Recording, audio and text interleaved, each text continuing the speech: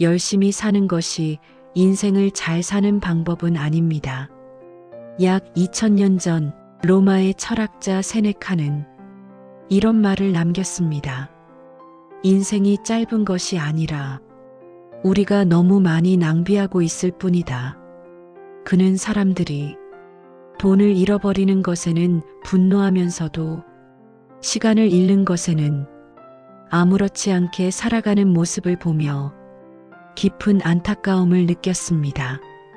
사람들은 돈을 잃으면 하루 종일 괴로워합니다. 하지만 시간을 잃으면 그저 어쩔 수 없지 하고 넘어갑니다. 세네카는 이것을 인간이 저지르는 가장 큰 착각이라고 말했습니다. 시간을 낭비하면서도 그것이 곧 인생을 낭비하는 일이라는 사실을 깨닫지 못하는 것, 그것이 바로 가장 슬픈 비극이라고 말했습니다. 세월이 흐른 뒤 노벨상을 받은 철학자 버트런드 러셀도 비슷한 이야기를 합니다. 그는 자신의 에세이 게으름에 대한 찬양에서 이렇게 말합니다. 바쁨을 미덕으로 여기는 믿음이 현대 사회에 큰 해악을 끼치고 있다. 그가 말한 해악은 단순한 피로가 아니었습니다. 자신의 삶을 돌아볼 시간조차 없이 쫓기듯 살아가는 인간의 비극, 그것이야말로 현대인이 겪는 가장 깊은 불행이라고 그는 말했습니다. 세네카와 러셀, 서로 다른 시대를 살았던 이 두 철학자의 이야기를 하나로 정리하면 결국 이렇게 말할 수 있습니다. 바쁘게 사는 것과 잘 사는 것은 전혀 다른 이야기라는 것입니다. 그런데 우리는 언제부터인가 열심히 사는 것이 곧 잘 사는 것이라고 믿기 시작했습니다. 너 왜 이렇게 게으르니? 이 말은 살면서 한 번쯤은 누구나 들어봤을 것입니다. 어릴 때는 부모에게서, 학교에서는 선생님에게서, 사회에 나오면 상사에게서, 그리고 미디어는 끊임없이 같은 메시지를 반복합니다.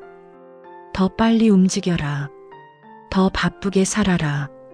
더 많은 것을 이루어라. 마치 쉬는 삶은 잘못된 삶인 것처럼 말입니다.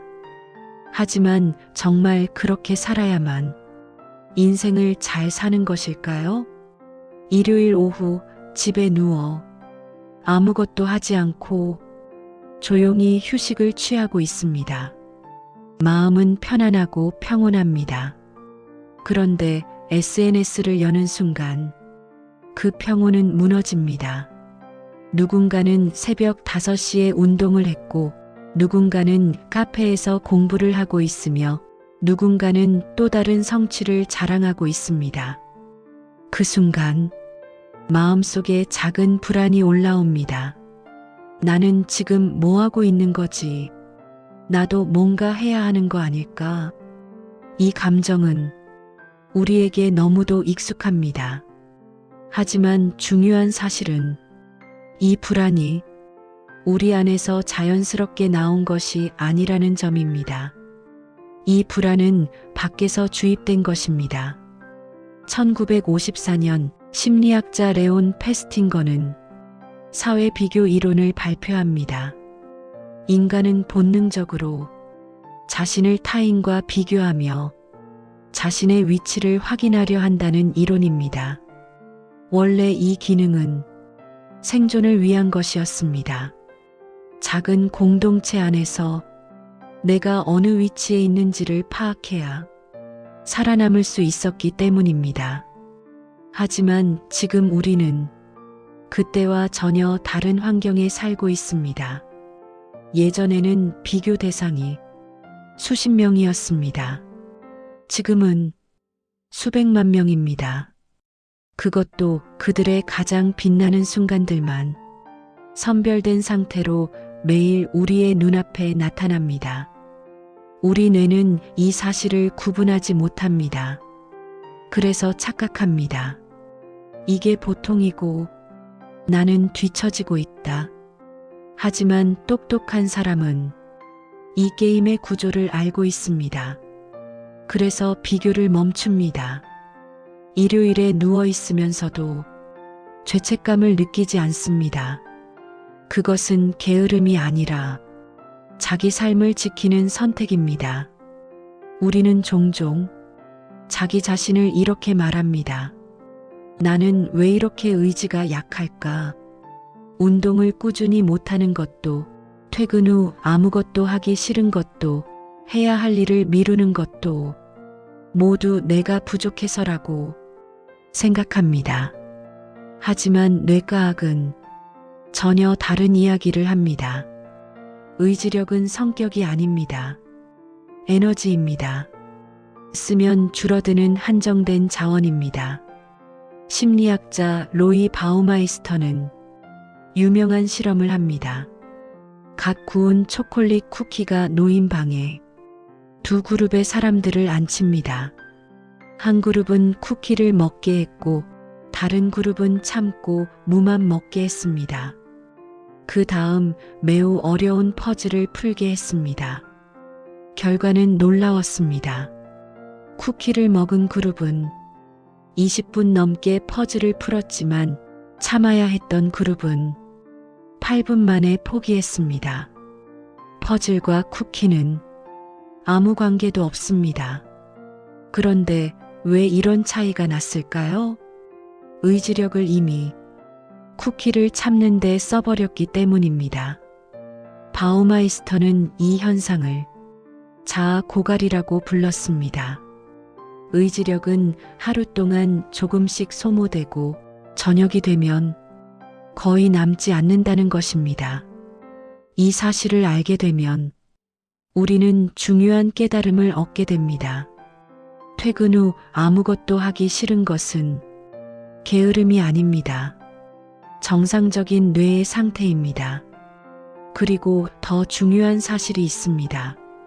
지친 뇌는 항상 가장 쉬운 선택을 합니다. 현상 유지, 바꾸지 않는 선택. 이스라엘에서 판사들의 가석방 결정을 분석한 연구가 있습니다. 오전에 심리된 사건의 가석방 승인율은 약 65%, 하지만 오후 늦게가 되면 10% 이하로 떨어졌습니다. 같은 판사, 같은 날, 같은 법. 달라진 것은 오직 하나, 뇌의 피로도였습니다. 뇌가 지치면 복잡한 판단을 내릴 힘이 없어서 가장 쉬운 선택을 합니다. 현상 유지, 그것이 가석방 거부였던 것입니다. 이 사실을 우리 삶에 대입해 보세요. 하루 종일 일하고 지친 밤, 우리는 인생의 중요한 결정을 고민합니다. 이직할까 말까? 이 관계를 계속할까 말까? 이 길이 맞는 걸까? 하지만 그 순간의 뇌는 가장 지쳐 있습니다. 그래서 대부분의 선택은 이렇게 됩니다. 그냥 지금 그대로 가자. 똑똑한 사람은 이 사실을 알고 있습니다. 그래서 하루를 꽉 채우지 않습니다. 중요하지 않은 곳에서 의지력을 낭비하지 않습니다. 그리고 뇌가 가장 맑은 시간에 인생의 큰 결정을 내립니다. 우리는 종종 이렇게 말합니다. 멍하니 있는 건 시간 낭비야. 하지만 뇌과학은 완전히 다른 이야기를 합니다. 뇌에는 디폴트 모드 네트워크라는 회로가 있습니다. DMN이라고 불립니다. 이 회로는 우리가 아무것도 하지 않을 때 가장 활발하게 작동합니다. 창밖을 멍하니 바라볼 때, 산책하며 생각이 흐를 때, 샤워하면서 아무 생각 없이 있을 때, 이때 뇌는 놀고 있는 것이 아닙니다. 가장 깊은 수준에서 일하고 있습니다. 기억을 정리하고, 경험을 연결하고, 문제의 해결책을 찾아내고 새로운 아이디어를 만들어냅니다. 그래서 많은 사람들은 이런 경험을 합니다. 책상 앞에서는 아무리 생각해도 안 풀리던 문제가 샤워할 때 갑자기 떠오르는 순간, 산책하다가 번쩍이는 아이디어가 생기는 순간, 그건 우연이 아닙니다. DMN이 작동한 결과입니다. 독일 철학자 니체는 이렇게 말했습니다. 위대한 생각은 걷는 동안에 태어난다. 그는 하루에 수시간씩 산책을 하며 사유했습니다. 그 시간은 게으름이 아니라 생각이 태어나는 시간이었다고 말했습니다. 똑똑한 사람은 이 사실을 알고 있습니다. 그래서 아무것도 하지 않는 시간을 두려워하지 않습니다. 그 시간은 낭비가 아니라 가장 중요한 투자이기 때문입니다. 세상은 끊임없이 말합니다. 더 나은 선택을 하라고, 더 높은 곳을 향하라고, 더 좋은 것을 가져야 한다고. 그리고 우리는 그 말을 믿으며 살아갑니다. 항상 더 좋은 것을 찾고, 항상 더 나은 결과를 바라며, 항상 최선을 향해 달려갑니다. 심리학자 베리 슈워츠는 사람을 두 가지 유형으로 나눕니다. 극대화자와 만족자입니다. 극대화자는 항상 최고의 선택을 찾으려는 사람입니다. 옷을 사러 가면 모든 매장을 다 돌아야 합니다. 식당을 고를 때도 리뷰를 끝까지 확인해야 합니다. 어떤 선택을 하더라도 마음속에 남는 생각은 이것입니다. 더 좋은 것이 있었을지도 몰라. 반면 만족자는 다릅니다. 충분히 괜찮다 싶으면 거기서 멈춥니다. 완벽하지 않아도 그 선택을 받아들입니다. 그리고 마음을 편안히 내려놓습니다. 연구 결과는 놀라웠습니다. 극대화자가 더 좋은 직장을 얻었습니다. 연봉도 더 높았습니다. 하지만 행복도는 정반대였습니다. 극대화자가 훨씬 더 불행했습니다. 후회, 불안, 자기 비하 점수가 훨씬 높았습니다. 왜 그럴까요? 끝없는 비교 속에서는 어떤 선택도 만족이 될 수 없기 때문입니다. 항상 더 좋은 것이 있을 것이라는 생각이 행복을 갉아먹습니다. 똑똑한 사람은 이 사실을 알고 있습니다. 그래서 최선을 찾지 않습니다. 대신 충분함을 선택합니다. 세네카는 또 이런 말을 남겼습니다. 사람들은 재산을 지킬 때는 인색하지만 시간을 쓸 때는 한없이 후하다. 우리는 돈을 잃으면 즉시 분노합니다. 하지만 시간을 잃으면 그저 흘려보냅니다. 그것이 가장 큰 착각입니다. 왜냐하면 시간은 곧 인생이기 때문입니다. 돈은 다시 벌 수 있지만 시간은 다시 돌아오지 않습니다.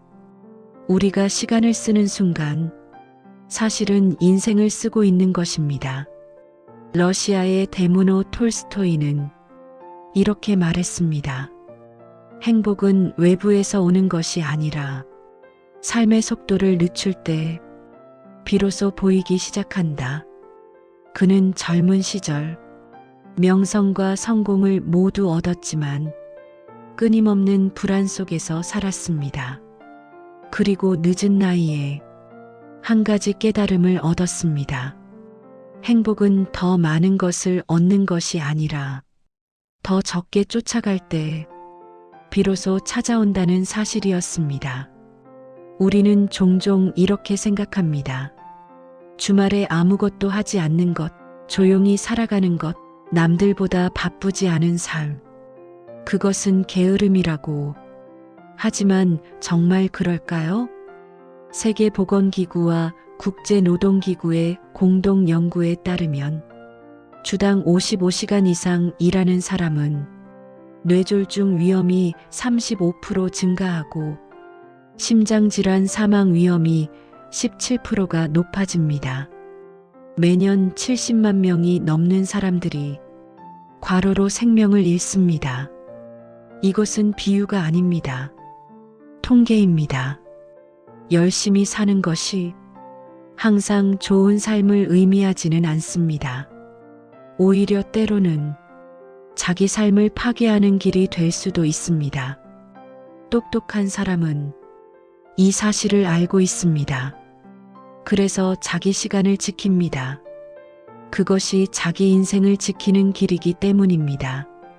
진짜 똑똑한 사람은 더 빨리 달리는 사람이 아닙니다. 더 많이 가지는 사람이 아닙니다. 자기 시간을 자기가 결정하는 사람입니다. 세상은 계속 말할 것입니다. 더 열심히 해라. 더 바쁘게 살아라. 더 많은 것을 이루어라. 하지만 이제 여러분은 알고 있습니다. 그 말을 모두 따를 필요는 없다는 것을. 주말에 집에서 쉬는 것, 조용히 살아가는 것, 남들과 같은 속도로 달리지 않는 것. 그것은 게으름이 아닙니다. 자기 인생을 지키고 있는 것입니다. 그리고 어쩌면 그 사실을 깨닫는 순간 우리는 처음으로 진짜 인생을 살기 시작하는지도 모릅니다. 여러분은 이미 충분히 잘 살고 있습니다. 그리고 앞으로도 그대로 괜찮습니다. 이 영상이 좋으셨다면 구독과 좋아요를 눌러주세요. 영상을 만드는데 큰 힘이 됩니다.